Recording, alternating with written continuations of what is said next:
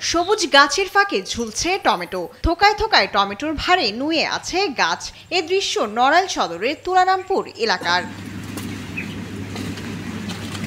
Climate smart agriculture and water management প্রকল্পের আওতায় পলিশেডে গ্রীষ্মকালীন বাড়ি আর জাতের টমেটোর চাষ করেছেন এখানকার কৃষক। আধুনিক প্রযুক্তি, অনুকূল আবহাওয়া ও সঠিক পরিচর্যার কারণে এবছর টমেটোর ফলন ভালো হয়েছে। খুব লাভবান ফসল, কিন্তু আল্লাহর রহমতে এতে কোনো লস না, করতে পারলে ঠিক মতন। নড়াইল কৃষি অফিসের সহায়তায় এখানে গ্রীষ্মকালীন টমেটোর চাষ করেছি। খরচ হয়েছে আমার এ পর্যন্ত প্রায় 60,000 টাকার মতো, 60,000 টাকা। তো আমি আশা করি এই টমেটো বিক্রি করে আমার প্রায় 2.5 লক্ষ টাকা লাভ থাকবে। বাজার মূল্য ভালো পাচ্ছেন কৃষকরা। প্রশিক্ষণ, পরামর্শ ও উপকরণ সহায়তার কথা বলছে কৃষি বিভাগ।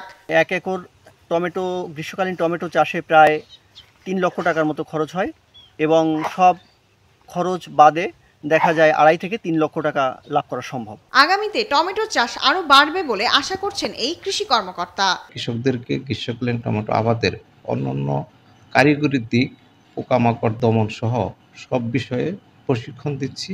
আশা করি ভবিষ্যতে এই টমেটোর আবাদ দিন দিন বৃদ্ধি পাবে। কৃষি বিভাগের হিসেবে জেলায় এবছর 10 একর জমিতে টমেটোর আবাদ হয়েছে। শায়লা খান, নিউজ ডেস্ক, দেশ টিভি।